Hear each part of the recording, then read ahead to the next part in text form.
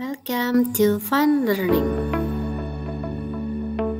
Bersama saya Esti Suryani SPD SD JGP Angkatan 9 Kabupaten Magetan dari kelas 9093B.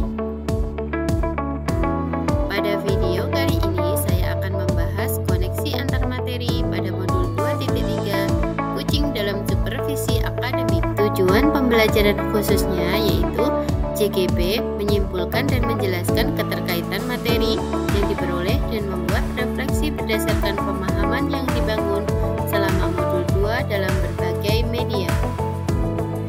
Pertama, kita akan membahas mengenai pemikiran reflektif terkait pengalaman belajar. Pengalaman atau materi pembelajaran yang baru saja saya peroleh yaitu dalam modul 2.3 saya mempelajari tentang supervisi akademik yang bertujuan untuk mengembangkan potensi diri dalam setiap pendidik di sekolah. Pendekatan yang digunakan adalah coaching yang memiliki 3 prinsip, yaitu kemitraan, proses kreatif, dan memaksimalkan potensi. Kompetensi inti coaching yang harus dimiliki diantaranya yaitu kehadiran penuh, mendengarkan aktif, dan mengajukan pertanyaan berbobot. Percakapan berbasis coaching menggunakan alur Tirta, yaitu tujuan, identifikasi, rencana aksi, dan tanggung jawab. Terdapat 3 tahapan supervisi akademik, yaitu pra-observasi atau perencanaan, observasi, pelaksanaan, dan pasca observasi, yaitu tindak lanjut.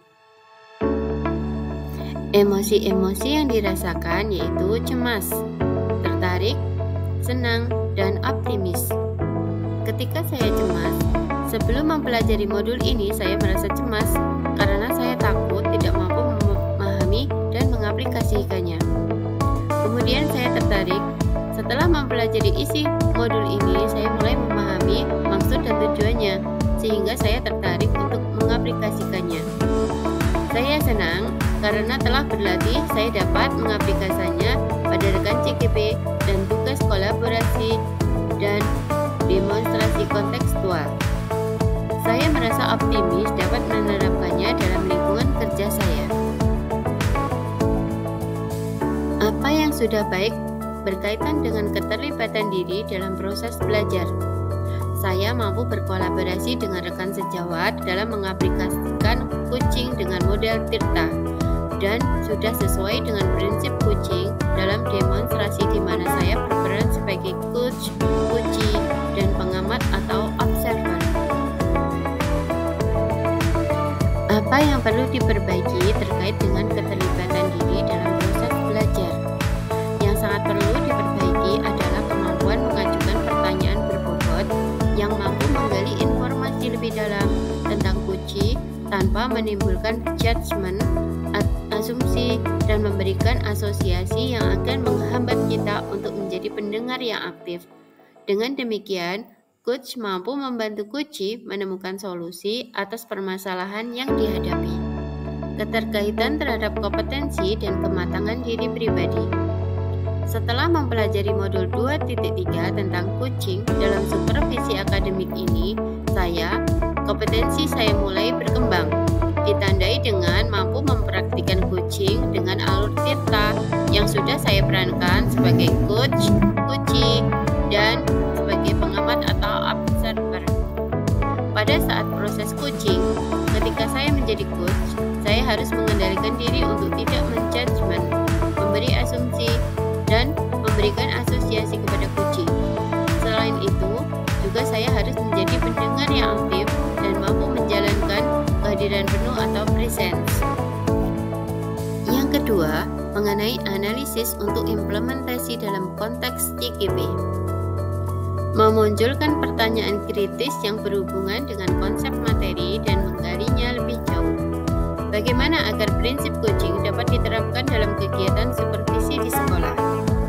Prinsip coaching dapat diterapkan di sekolah apabila kepala sekolah memiliki pengetahuan tentang pelaksanaan coaching.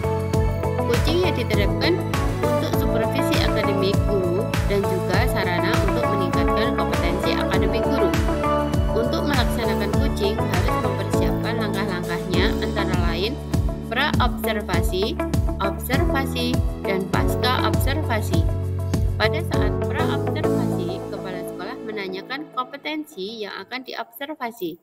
Sedangkan pada masa pasca observasi, coach memberikan umpan balik dan tindak lanjut terkait pelaksanaan observasi yang telah dilaksanakan.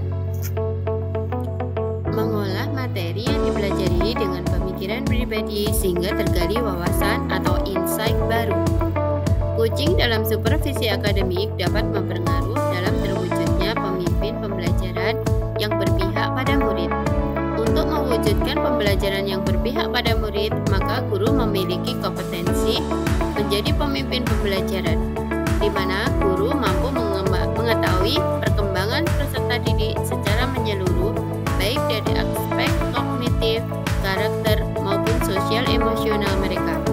Dengan demikian, tujuan dari coaching dalam supervisi akademik untuk mengembangkan kompetensi guru dapat meningkatkan kinerja dan terwujudnya pembelajaran yang berpihak pada murid. Menganalisis tantangan yang sesuai dengan konteks asal CGP, baik tingkat sekolah maupun daerah. Tantangan terberat adalah menyeragamkan pemahaman tentang coaching dalam supervisi akademik kepada komunitas sekolah. Supervisi akademik hanya dijadikan sebagai penilaian rutin kepala sekolah kepada guru saja. Seharusnya dapat dijadikan sebagai pedoman meningkatkan kompetensi yang dimiliki oleh guru. Memunculkan alternatif solusi terhadap tantangan yang diidentifikasi. Alternatif solusi yang dapat dilakukan adalah melakukan sosialisasi kepada seluruh komunitas sekolah saat kegiatan rapat guru dilakukan, agar terjadi persamaan persepsi tentang makna coaching dalam supervisi akademik. Selanjutnya adalah dengan memberikan contoh coaching dalam supervisi akademik melalui berbagai macam media informasi digital yang dapat diakses oleh seluruh komunitas sekolah. Dan yang ketiga yaitu membuat keterhubungan. Pengalaman masa lalu. Saya disupervisi oleh kepala sekolah dan pengawas karena sebatas penilaian rutin yang saya pahami sebagai kewajiban yang harus dilakukan oleh guru tanpa mengetahui makna dari supervisi tersebut. Supervisi akademik yang dilakukan oleh kepala sekolah dan pengawas pun tidak melalui proses pra-observasi dan pasca observasi dan hanya mengobservasi pelaksanaan pembelajaran di kelas, sehingga hanya sebatas pengambilan nilai guru saja. Sedangkan penerapan di masa mendatang, kedepannya supervisi akademik dapat diterapkan sebagai salah satu cara atau metode untuk meningkatkan kompetensi guru dalam bidang akademik dengan menggunakan metode coaching yang menerapkan prinsip kemitraan, proses kreatif, dan memaksimalkan potensi. Konsep atau praktik baik yang dilakukan dari modul lain yang telah dipelajari. Pada modul 2.1, dalam pembelajaran berdiferensiasi, murid dikelompokkan berdasarkan kebutuhan belajarnya. Hal ini ditujukan agar dapat memaksimalkan potensi yang dimiliki, begitupun dengan praktek coaching yang harus memaksimalkan potensi kunci untuk mengetahui kelemahan dan menggali kekuatan dalam dirinya, sehingga dapat menemukan solusi dari permasalahan yang dihadapi. Sedangkan pada modul 2.2, dalam pembelajaran sosial emosional terdapat teknik stop dan mindfulness yang dilakukan untuk dapat suasana menjadi lebih kondusif. Saat melakukan coaching, coach pun harus melakukan teknik tersebut agar tetap fokus pada dan terwujud kehadiran penuh saat melakukan coaching. Dan yang terakhir yaitu informasi yang didapat dari orang atau sumber lain di luar bahan ajar PGP. Faktor utama pelaksanaan supervisi akademik oleh kepala sekolah, yaitu kesadaran kepala sekolah akan kompetensi supervisi yang harus dijadikan sebagai semangat dan dukungan oleh guru. Coaching yang diberikan dari kepala sekolah akan memberikan pengaruh pada proses pembelajaran. Suasana kebersamaan sekolah yang mendukung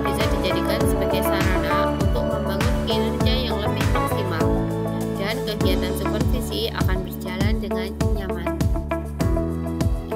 Demikianlah video dari saya. Terima kasih sudah menonton. Salam guru penggerak, tergerak, bergerak, menggerakkan. Wassalamualaikum warahmatullahi wabarakatuh.